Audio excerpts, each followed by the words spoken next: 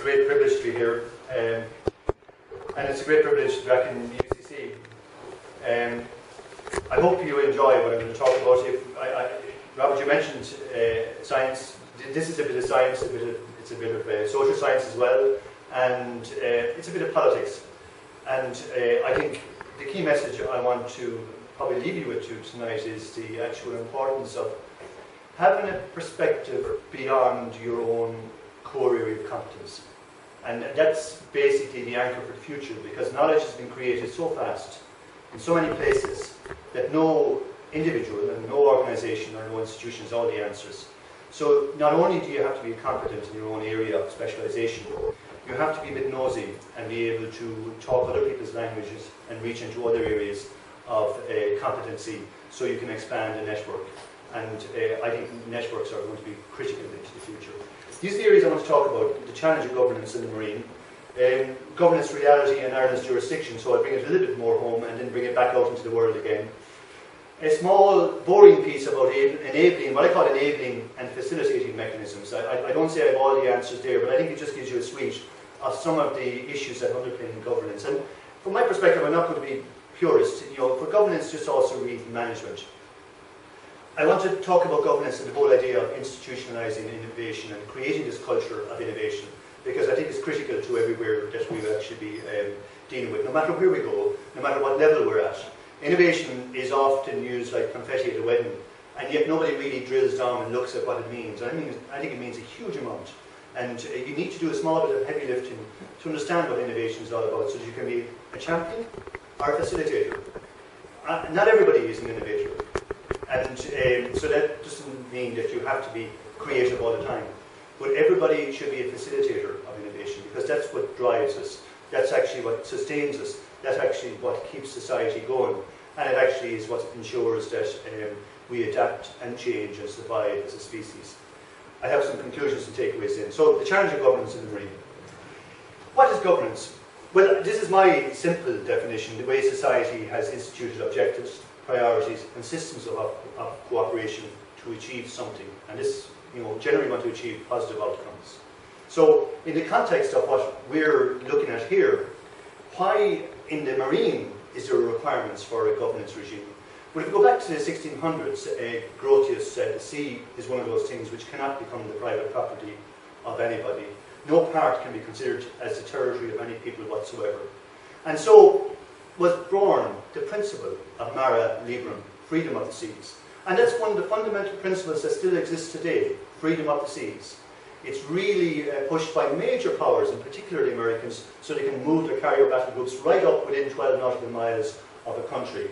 And they have the freedom to move right back all over the globe. And likewise we have. We can drive a ship from Ireland, from Dublin, all the way to Cape Town, and not ask anybody's permission until we come within 12 miles of South Africa, and then we have to get permission to go in, because we come into a new area of regime then, which was really driven by this statement, the chairman, Alan Beasley, of the Law of the Sea Commission in 1982, when he said the law of the sea was in a state of disorder bordering on chaos.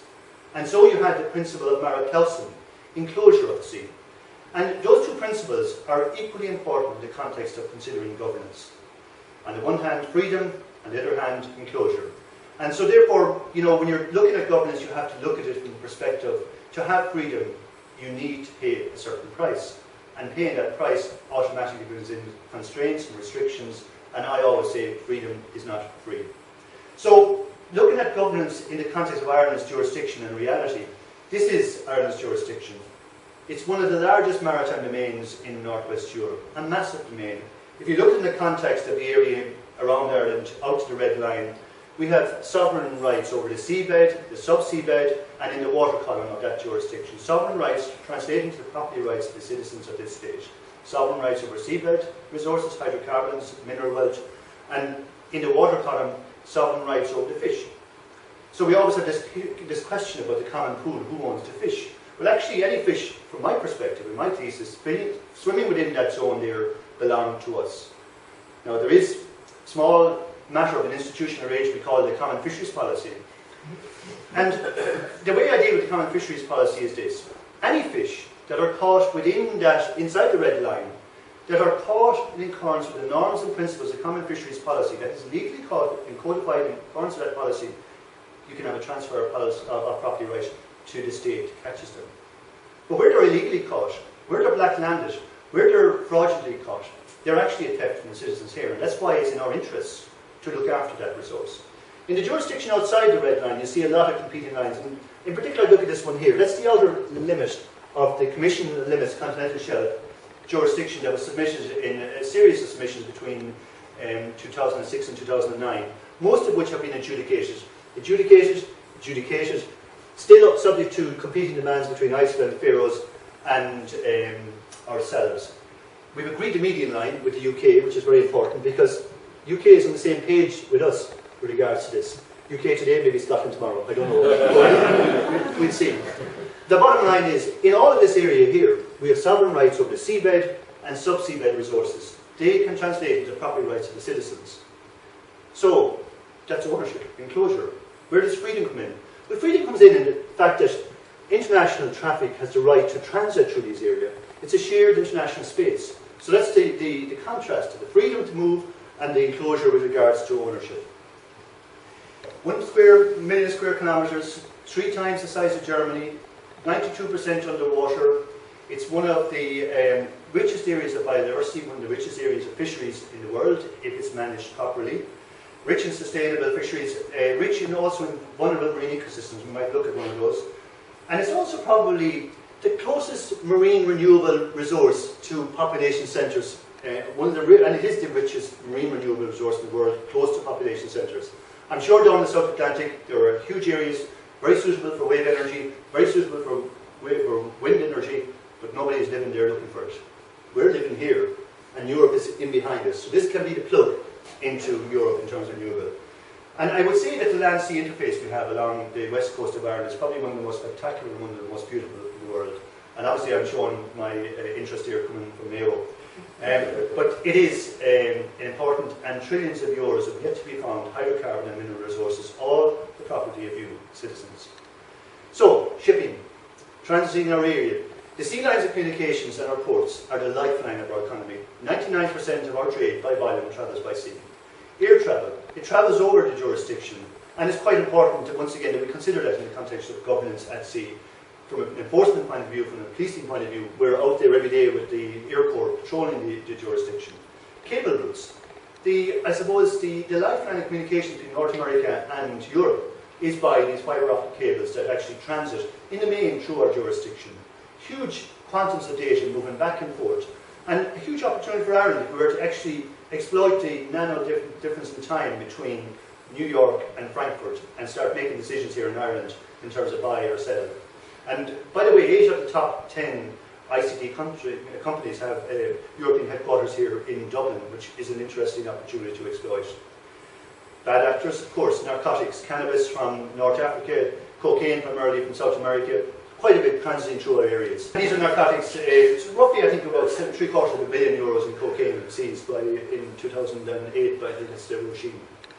In terms of fisheries, this is just 1 year's activity, and you may have seen this before, and all types of countries, mainly from the European Union, France, Ireland, Spain, all the rest, and you can see where the concentrations are. The red, predominantly Spanish, and the purple, I don't know what colour, my wife says I'm colour-red, but this colour here, whatever it is, are UK Spanish, which are vessels that are flagged in the UK with Spanish crews, effectively. And this is a vulnerable marine ecosystem in cold water coral. It's about 600 metres below the surface, about 150 miles west of Galway. These are, if you like, this is the heart of our ecosystem. Vulnerable marine ecosystems like this that really drive the habitat in terms of creating the actual structure for refuge for fish, and actually, I suppose, the driver in terms of biodiversity.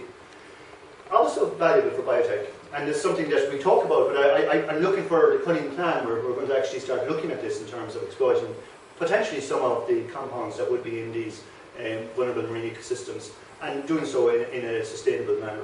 And I say the critical infrastructure. What I mean by critical infrastructure, it's something that contributes to the sustainment of society and to the ecosystem in terms of the biosphere. So it's something that is very important to look after, because if you don't look after it, this is what happens. That's the same or a similar vulnerable marine ecosystem after a trawler is pushed through it. And it takes about 8,000 years for the system I showed you to stand up in terms of structure, in terms of the strata. There's actually, obviously, the fossilized and the carbon side of it, and then the living organism that sits on that, which is the coral. And it's living and dead. And in 30 seconds, you can turn it into that. And that's the challenge in terms of governance, is the externality. Because the fisherman who did that was not out to do that. He was actually trying to catch fish. But the externality, the unintended action of catching fish was to destroy a vulnerable marine ecosystem which is gone virtually forever. Also hydrocarbon, I mentioned about 1-2 trillion euros of yet to be found hydrocarbon resources, and this is just a picture of it, you can see a gas field. And also, you see I'm bringing in the security aspect in terms of some of these valuable assets need a security architecture in terms of ownership. Just going back to the point I mentioned with regards to the value of the wave resource, and that speaks for itself. You can see the plug, it's there ready to be plugged in. All we need is the power, and the power is there in the wave, but we just need a small converter, and I think Tony Lewis is working on that as we speak. So, and by the way, this is what's not the way to store containers, but that's the impact of actually not knowing the vulnerability of extreme conditions at sea. And it also gives us a hard time in the context of doing our business. That's a warship. It's not a warship because it's grey or big, or because there's a gun hidden in here. It's a warship because it's got a flag up here, and in here is a commissioned officer of the Defence Forces of the state. They're the two institutional requirements. It could be a tug, and it still would be a warship if the flag was the Irish state and it was under command of a commissioned officer of the state. So just to move out to a macro level, the security issues in terms of the ocean were wide. Gulf of Guinea, increasing piracy, kind of copycat to the Horn of Africa. Southeast Asia, piracy, I suppose this is where a lot of people cut their teeth. Horn of Africa is quietening down quite a bit because EU NAVFOR have been there in a big presence, and they have started targeting pirate activity on the shore side. But you have other issues now which are growing, the sovereignty tensions. And as we extended our jurisdiction in terms of commissioning the limits of the continental shelf in New York out to the west coast of Ireland, so has Canada and the US and Russia been flexing their muscles in terms of areas data here. And every day you'll hear something about China pushing its jurisdiction in terms, because everybody knows 70% of the earth underwater, that's where the resource is. Population increasing significantly. It's a resource-hungry world. The maritime is where the future is. So anybody who's studying anything to do with marine, you're on a winner. Migrant tragedy, and this is one of the sad stories in terms of our inability to actually deal with the policing and support requirements because of these massive numbers of migrants coming out of the tragedy. A lot of it born out of bad governance in Africa, trying to come into Europe, economic migrants in many cases. Cocaine, cannabis shipments, and that's just a kind of a general picture. And some of the other kind of more strategic areas are international security, weapons of mass destruction, WMD, transiting by sea, regional conflicts, state failure, and also increasingly the kind of transnational nature of security threats. It's no longer sitting in one country. Syria, for example, Syria, Iraq, whereby you have these new kind of activities happening that actually exploit the borders in terms of avoiding governance and organised crime. So, I've set the scene, a lot of noise, you know, it's a big challenge. So how are we going to put a structure around, some kind of a governance structure? How are we going to manage all of this? Well, in my own reflection, and this is only my own view on it, I see three key enabling mechanisms, and I think if you come up with anything, I'll put them into one of those three buckets. It's the government, market, and civil society. Really, that's what are the three key drivers in terms of governance mechanisms. But then you have facilitating mechanisms. These are ways and kind of systems that impact on the other three. Integrated institutions. How do you integrate institutions together? You know, different codes of practice, but you need to do the business together. Norms and principles. What are the rules that are even the soft rules that will make these three enabling mechanisms function in a more streamlined manner? What's the language they'll use? And then the whole area of knowledge, technology, and security as a kind of framework in which all this kind of machine can work. And a nice picture, that's the way I like to display it. Government, civil society, markets, with norms and principles, integrated institutions, you'll kind of guard the relationship between them, and then a security architecture and ability to create knowledge, generate knowledge, and knowing that technology is also critically important to actually fuel the actual development in terms of the system. So, government. A key enabling mechanism, integrated ocean policy, I think is one of the most critical things to drive for. And when I look at policy, there's three kind of areas: the comprehensive, the input side, the process side, which is the aggregation, and the output side, in terms of what that policy is all about. I want to talk about why bother with it, and then the issue of political leadership and will. In terms of the comprehensive, in terms of the input of policy, you could go forever in terms of what needs to be plugged into it, but I think these are four pretty good themes to look at in terms of looking at policy. How long is the policy going to be for? If we were to say we're going to develop an oceans policy for Ireland, what's the time frame we should be looking at in the context of that policy? Is it a term of government which is normally about 5 years? Or is it more in line with sustainability in terms of norms that would actually be about what are the time frames you need to understand the environment of that when you're into 8 decades or maybe a century?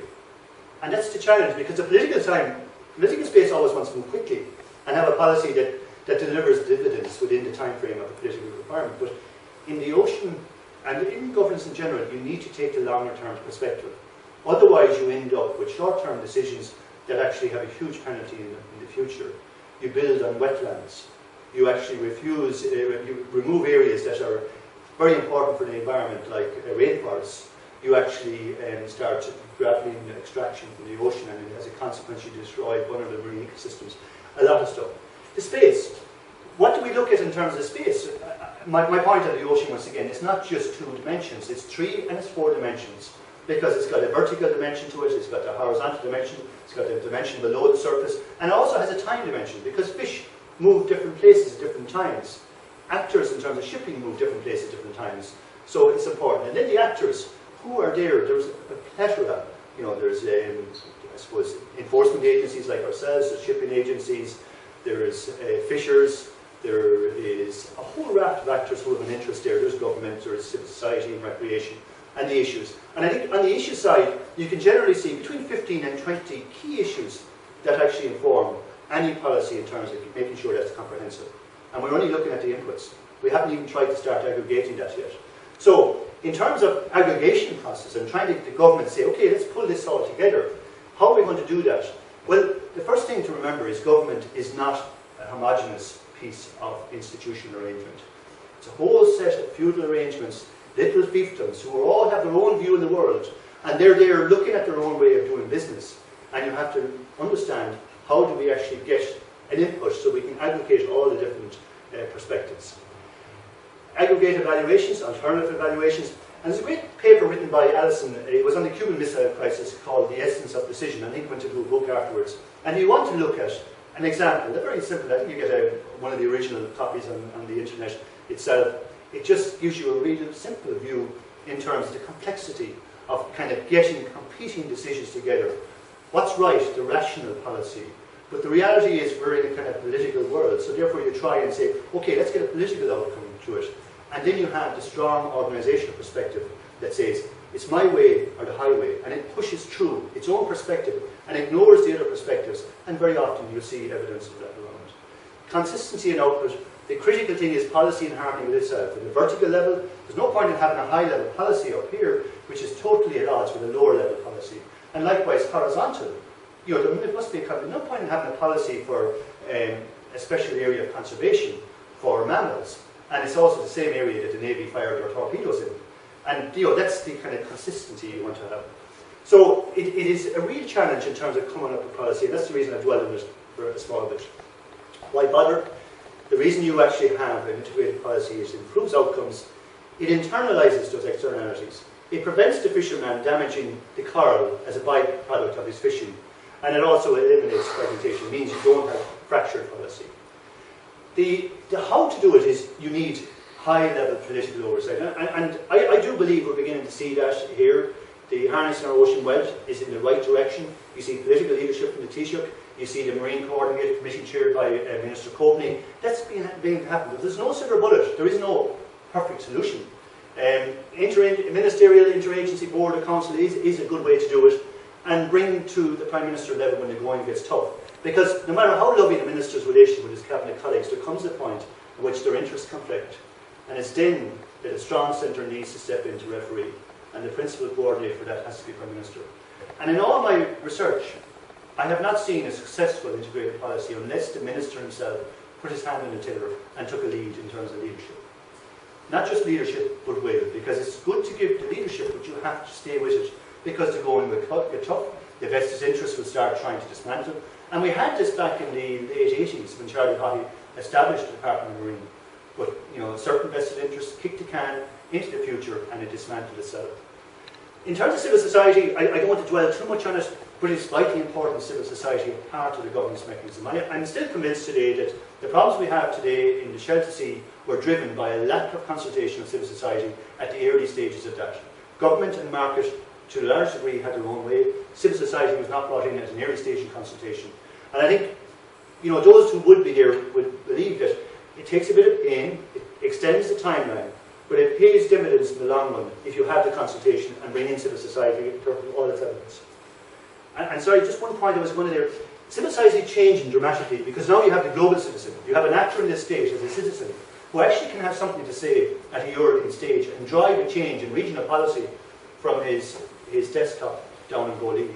That's the change in terms of the power of citizen. Markets, powerful institutions, but they have the potential to harm ecosystems. They're there to actually create a wealth, and so it's important we identify all the costs. So, going back to the common fisheries policy, it's important we understand the cost of eliminating that vulnerable marine ecosystem when we say we're going to go after that particular fish. And when that particular fish is orange roughy, that actually was swimming when Darwin was on theorising about the evolution of mankind, is actually nearly 200 years old. And when you catch him, gets it wiped out. That's another consideration, and that has actually happened. Economic instruments, they can be a perversity, they can create an imbalance, but they also can be a positive driver. But it's important that we look at functional three-dimensional property rights. And there's a lot of debate about property rights in the ocean, but my belief is that when you start defining property rights, you can very quickly begin to say, okay, who's got the skin in the game here? It's a mechanism for building an economy, but it doesn't always tell the ecological truth.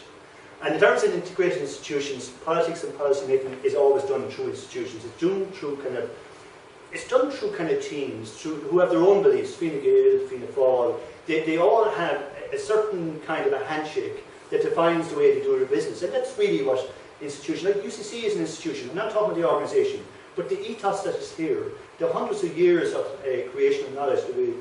CIT is an institution, but it's a different institution. So the whole issue with regards to how do you integrate these diverse views in terms of different perspectives on things, it's a real challenge. But in terms of marine, there are different approaches. MMO in the UK, GFO in Canada, Department of Marine was an approach we had in Ireland. At the moment we're working, I suppose we have a Department of Marine which is part of the Department of Agriculture, and you have this cost-cutting Marine Coordination Committee. And just norms and principles, the basis for government, they really drive the behaviour and they actually allocate the authority. And a major international norm is sustainability. Sustainability meets the needs of the present without compromising the ability of the future generations to meet their own needs. A brilliant seminal piece of work is Brundtland's work in 1987, Future World Leaders. You need to look at that, because that makes such a prophetic piece of reflection, and it tells the story of how it is, and yet there's so much of it that's not been acted. And the issue with regards to these, they have to be codified and institutionalised, and we have to agree to be bound by them. And it's not just authority, I would see as a principle, the issue of accountability. These are all principles that are actually norms and principles that have been captured in the oceans policy. Adaptive management, best science, precaution, biodiversity, participatory, subsidiarity, and ecosystem. All key norms and principles that will define the way business is done in the governance regime. Because ecosystem is critical. And I think as Lubachenko built up this, and this is good today as it was when I sold up Val Cummins about 4 or 5 years ago, maybe longer. But moving from the individual, small spatial, short-term, human independent of ecosystem, to the whole issue of the ecosystem, multiple scales, we are part of the ecosystem itself. We can't see ourselves sitting out as a god, managing it. We actually have to look at ourselves as being part of it. And the whole issue of adaptive management, because that's evolution. That's how society and the system actually grows. Sustained production potential for ecosystem goods and services. A whole area of economics that we have to be very conscious about. Valuing ecosystem services. It's something that very often is neglected, and yet it's in the trillions in terms of the price that we often make short-term decisions in the context of rectification of that in future time. Knowledge, technology and security, just quickly to look at that. You can't police what you don't know, so therefore science is a driver. You don't own what you can't police, so there has to be somebody out there to police it. And where you don't have a system in terms of security, man will never be devoid of greed, and he will always take what he can, if he can, and the issue there is sovereign rights, which are not upheld, are more imaginary than real. And if you know authority, you have effectively open access. So that means individuals can do what they want, and the system is actually disadvantaged in country. Absence of property rights is never raised in the own, but the benefits of property rights are they offer incentives, they give authorization and resource control, they reinforce collective action, and they demonstrate government commitment. There's a whole area of study here on property rights and the marine. And I think the whole area of marine spatial planning, it will be very interesting to see how that goes. Security of tenure is very important. There's no point in giving, let's say, an actor, a property right for 2 years and say, I want you to build a massive infrastructure there that's going to, be there for, give us loads of energy for the next 10 years, but you only own it for 2 years. He's not going to invest. He'll want a security tenure for 99 years maybe, or maybe 50 years. There's somewhere point, but the whole issue of property rights is built around a number of issues on the bundle, and it's important to look at that. Just some of the technology, satellite monitoring, and this is from a security perspective as well as an environmental perspective. You can see the oil slick, and you see the guilty guy down here somewhere. I don't know if it's this guy or this guy, but it's one of them, according to the European Space Agency. Remote operated vehicles, gliders, recognised maritime pictures, underwater autonomous vehicles, and so on. All the kind of technologies that work with ourselves and navies, or work with scientists, Celtic Explorer, Celtic Voyager, and so on. So that was the heavy lifting stuff. This is the softer kind of geeky stuff I'm going to move into now, is the issue of governance and institutionalising innovation. And this is about a shift in culture. It's about changing the way we look at traditional, I suppose, political science approach to putting in institutional arrangements to actually manage or to actually govern things. We can't solve our problems with the same thinking we used when we created them, and this is true as when he said it today as it was then. So the governance challenge in terms of culture is driven by two areas. One, actually a problem or an opportunity, and the other is actually certainly an opportunity, what issue of innovation. If I look at complexity and innovation and information, I see in the region of 3.8 zettabytes thereabouts. And a zettabyte is 10 to the power 22 bytes. It's bigger than this room. And there's 3.8 in there last year. By 2020, there will be 40 zettabytes of data. So if we're having problems today understanding all these data that are flying around the place, in our emails, on our texts, on social media and all the rest, imagine what it's going to be like when there is 15 times more. And when you actually think about data, in its raw state, actually can be turned into information and into knowledge and into wisdom. So data is, if you like, it's the piece that leads to knowledge. And that's what anybody who's doing reflection is capturing data with a view to adding value and create knowledge, new knowledge, and that's going to inform the way we move. So the issue with regards to complexity is we need to look at a world whereby there's so much information that to progress we're going to have to cede power. We're going to have to put our hands up and say, there's no way I'm going to understand all this information. And to gain power, I'm going to have to create networks where people can work with me with a view to making sense of it all. Cloud and analytics will provide a platform, the third generation, or third platform, I think it's called,